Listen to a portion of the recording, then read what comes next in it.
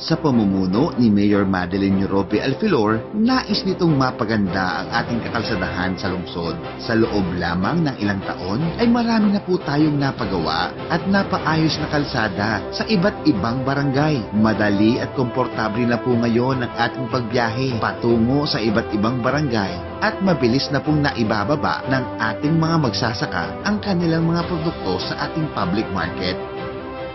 Ilan lamang po ito sa ating mga nagawa. Marami pa po tayong kasalukuyang ginagawa at ipapagawa pa sa mga susunod na taon.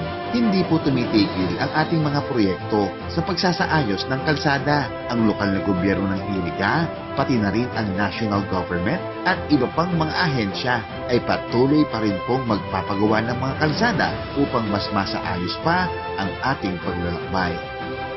Ginagawa na po ng Team Iriga, Team Madel ang ipinapangako ng iba. Hindi na kailangan ng pagbabago. Ang tunay na kailangan nating mga Irigenyos ay pagpapatuloy ng ating magandang nasimulan para mas mapaunlad pa ang ating lungsod.